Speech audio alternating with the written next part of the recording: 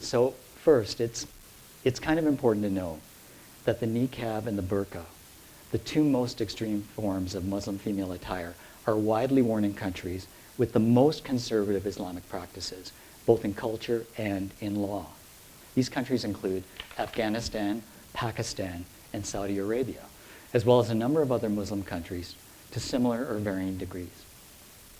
Zunaira Ishaq emigrated from Pakistan, where domestic surveys indicate that the niqab is considered the most appropriate female attire by 1/3 of the population.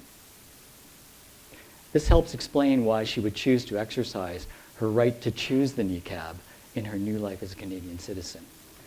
Zunaira's resume indicated that she was a university-educated teacher and mother who had been challenging the government niqab ban for over 1 year. Her resume reinforced the notion that she was a modern, sophisticated, and well-informed advocate for immigrant rights and positive multiculturalism. So, like I said earlier, for a sophisticated Canadian voter, both the issue and the outcome seemed like pretty much a slam dunk.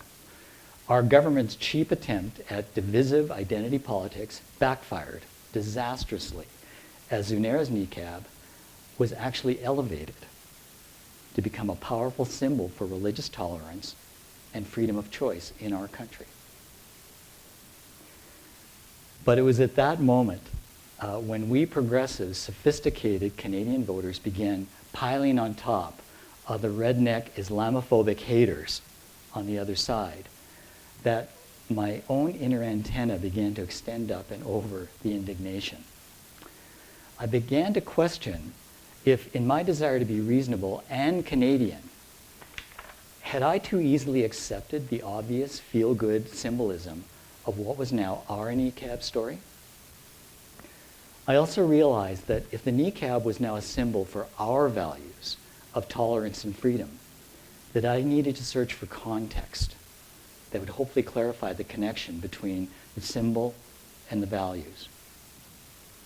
Now, I need to say again that I'm not trying to make any kind of case here, other than to share my own struggle with the meaning of words and the search for context.